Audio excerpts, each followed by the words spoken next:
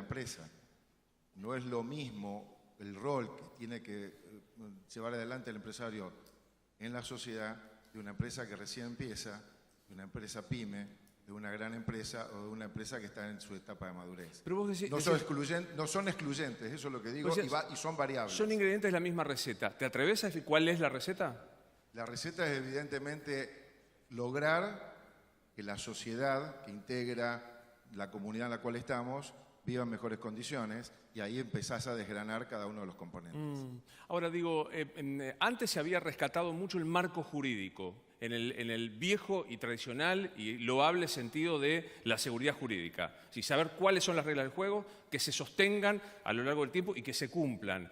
Me parece que el generar oportunidades que recién se mencionaba y el emprender están muy relacionadas con este tema. Hoy hay, y es pregunta, ¿hoy sienten que hay un cambio en materia de seguridad jurídica a la hora de generar oportunidades o se está todavía en el wait and see, en el estar allí mirando a ver qué es lo que está sucediendo?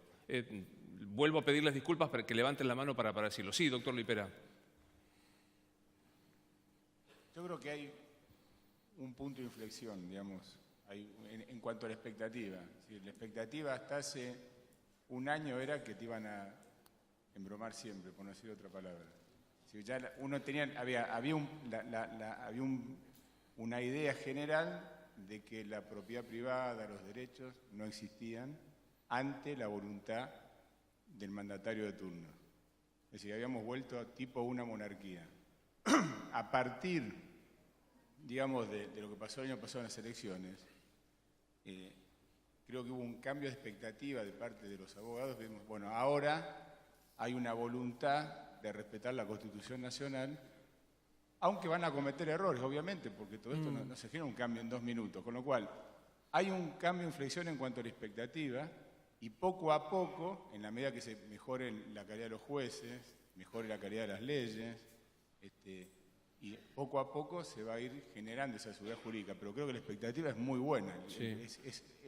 Nada que ver con el ¿Comparten, digamos, que todavía, o sea, me equivoco si digo hay una expectativa, esto que suele definirse el campo económico como el wait and see? Digo, ¿se está en el wait and see en esto? Lo preciso mejor. Cuando digo expectativa, digo, mira, hay un cambio, una expectativa de cambio favorable que razonablemente no se va a dar en 2 minutos, Sí. porque tienen que cambiar jueces, por ejemplo, un caso, y acá hago un lío fenomenal con lo que voy a decir. Hubo un fallo de la Corte, el tema de las tarifas, que no fue acorde a derecho. Se apartaron del derecho y dijeron cosas que no tenían nada que ver Tarifa con lo del que gas, decía la hablamos ley. de lo del gas. Exactamente. Y entonces, la Corte se arrogó la facultad que es propia del Estado, de la razonabilidad, de ver cómo fijo un precio. Además, la propia ley decía que el tema de pozo no requería audiencia pública. Un ejemplo, por ejemplo. Pero la expectativa de cambio es muy grande, Sí, con lo sí. cual ya poco irá cambiando. Sí, perdón. Io no credo che stiamo nel wait and see, almeno mirando il tema dell'energia. ¿Están en el wait and see? No, estamos nella fase attuativa. Il tema che stava citando ora che ha generato todo el debate alrededor del tarifazo, yo creo que es el ejemplo que nos estamos moviendo, modificando y determinando alguna seguridad jurídica. Tampoco el tema del fallo de la Corte lo veo negativo, toda la protesta, porque esto ha permitido empezar un debate alrededor de la energía que antes no existía. Antes se daba por descontado, por ejemplo, que el tema de la energía era gratis, y al final se abre un debate que culminará con la audiencia pública. Claro. Por lo tanto, yo creo que el sistema en marcha. Bien. Bueno, vamos a pasar a la tercera nube. Quedan solo 2. Una que tiene que ver con algo que se debatió hace minutos, que es la transparencia, y una cuarta que me parece que es la que va a admitir solo una opción. Me parece que es el espíritu de este coloquio de idea, que son los puentes hacia el futuro y desde dónde. ¿Podemos enviar la tercera nube, que en este caso tiene que ver con transparencia? Vuelta a inicio de la aplicación, van a recibirla en color magenta y van a poder votar en ese caso por varias opciones. Cuando esté la nube, ustedes me lo indican, allí está. ¿Sobre qué impacta mayormente la transparencia? Un poco tomo lo que creo que decía el doctor Lipera hace un rato, que parecía como antes una discusión de transparencia, y idílica, utópica, de grandes principios alejados de la realidad, y me parece que el panel anterior reflejó cuestiones que tienen que ver con el día a día. ¿Está ok la nube? ¿Se puede votar ya con todas las opciones? Ok, ahí las estamos viendo.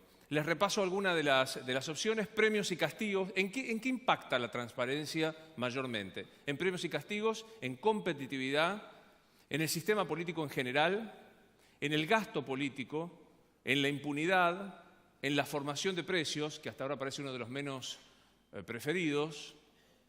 Bueno, ahora se transformó rápidamente en la seguridad pública. Es muy pequeña la opción, son 2 minutos que ustedes pueden... Acá vuelvo a encontrar opciones muy antagónicas y muy complementarias. Rendición de cuentas y confianza internacional, en el tema de calidad de productos y financiamiento de la política. Sigue evidentemente, y me parece que esto va a ser un denominador común, la corrupción como el mayor impacto a la hora de hablar de transparencia. Seguida muy rápidamente de competitividad y confianza institucional, y muy por detrás, estaba tratando de localizar, mientras se mueve obviamente pues se está formando a medida que ustedes están votando con el enviar. No dejen de darle a enviar la mirada internacional, que hasta ahora aparece no demasiado preferida, no como las más preferidas. El tema licitaciones aparece dentro de las transparencias como poco, pero creo que el tema de la corrupción engloba definitivamente esta opción. Cuando ustedes me indiquen que han pasado los 2 minutos, cerramos la nube, la frizamos y tratamos de analizarla. Ahí está, ¿ok? Muchísimas gracias. Bueno, quedó corrupción, competitividad y calidad institucional. Es muy interesante, y lo pregunto al sector de la mesa política, que se unan corrupción y calidad institucional, digo, en el sentido de que la corrupción puede verse desde el punto de vista económico y la calidad institucional desde el punto estrictamente política, y está Paula Bertol allí, que quería pedirte una reflexión sobre lo que ves en el resultado de esta nube. Paula. Bueno, la corrupción siempre es irse del camino, ¿no? Y entonces en nuestro país hemos vivido muchos años de oscurantismo, de poner la luz abajo de la mesa. Me parece que es fundamental, influye en todo. Influye en lo político y influye en lo económico, así que me parece que ese fue la ligazón que muchos hicimos con transparencia versus corrupción. Claro. A tu lado, sí. A mí celebro que aparezca la palabra competitividad, porque el año pasado hicimos un panel donde empezamos a hablar de la ética, y esto no es un tema así más etéreo, sino hacia la competitividad de las empresas, que haya transparencia, que haya un marco claro donde estén las cosas bien pautadas, hace a una mejor competitividad de la empresa. Me gusta la expresión etéreo, o sea, porque parece como algo de casi declaración de principios que no operativos, ¿no? Y me parece que sí. Sí, los estoy escuchando. Les voy a pedir que levanten la mano si las azafatas se acercan con los micrófonos. Es probablemente, y recurro nuevamente a los empresarios de medios, tanto al señor Aranda como a Fernán Saguié, el tema de la corrupción aparece probablemente como el que más interesa a las audiencias y a los públicos, y aparece aquí también muy reflejado. Por favor, aquí está el señor Aranda. Digo, me parece que no hay duda, ¿no? Para aquel que crea que la corrupción no es un tema central para todos, se equivoca gravemente. Bueno, no, coincido con, en todo caso, el Salón, que lo ha puesto ahí muy firmemente en primer lugar. Es un tema que nos afecta no solamente a los empresarios, sino a la sociedad toda. Y además, yo creo que desestabiliza absolutamente cualquier proyecto de cualquier empresario serio que tenga que competir en un clima de corrupción con otro que está, digamos, viviendo justamente porque la corrupción es el terreno en el cual él se maneja con éxito. Sí, digamos, y atenta con esto que usted mismo mencionaba, que el marco jurídico de la seguridad es imposible. No hay más regla. Viola todo, ¿eh? No hay más regla, o sea, la regla es la no regla, ¿no? La corrupción viola y niega cualquier orden y norma. Sí, totalmente. Sigo mirando por si, mientras le prestaba atención a los que intervienen, si alguien quiere agregar algo más sobre esto. Sí, por favor. A ver, yo creo que hilando las tres consultas, las tres preguntas, si el marco institucional, si el marco regulatorio y el marco legal tiene que ser importante en el rol del empresariado, si el gobierno tiene que estar en la definición que se dio de marco regulatorio, si el empresario tiene que estar emprendiendo, generando riqueza y demás, esta respuesta es casi natural en términos de confianza institucional, calidad institucional, no corrupción y competitividad. Y agrego, inversiones. Es imposible, pensar en un plan serio de inversiones ni a largo plazo, ni a inmediato plazo, sin esas causas. Sí, totalmente. Sí, por favor, Eduardo iba a decir Está algo. muy bueno que haya quedado confianza institucional en el medio. Y yo digo confianza en las instituciones y temor a las instituciones. Es un proceso de enriquecimiento. Quiere decir que nada es gratis, que cuando hay transparencia y hay acceso a la información y hay enriquecimiento institucional, todo se enriquece. Perfecto. Antes de pasar a la próxima nube, sí, por favor. No, quería tirar una reflexión que no tiene nada que ver con los negocios, ni con las empresas, ni con nada. Lamentablemente nos hemos acostumbrado tanto a la corrupción en Argentina que me parece que ya no sabemos dónde queda. La realidad es que, ¿cómo le explicamos a nuestros hijos el tema de la corrupción? Por ejemplo, se me ocurre ser corrupto, coimear y todo lo demás. ¿Cómo hago para aplicar moral en mi propia casa? Me parece que nos fuimos, me disculpan, al demonio con todo esto. O sea, una cosa son los negocios y la corrupción, pero esto es la vida diaria.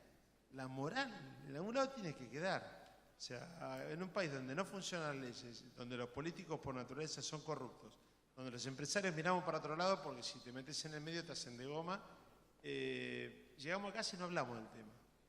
Es un tema que... Muy interesante, perdón que no me acuerdo tu nombre. Miguel Arrigoni. Lo que está planteando Miguel respecto de, primero, un dilema moral personal, y el otro es, si los empresarios miramos para otro lado, dijo, porque si nos metemos nos hacen de goma. Te cito textualmente, creo, ¿no? Que esta fue la expresión. Digo...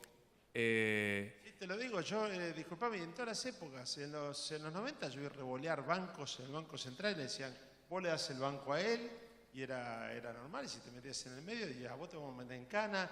O sea, hay gente de derecha, de izquierda, del centro, del medio, de arriba, de abajo, cuando está en el poder hace un ejercicio, yo diría, totalmente legal del mismo.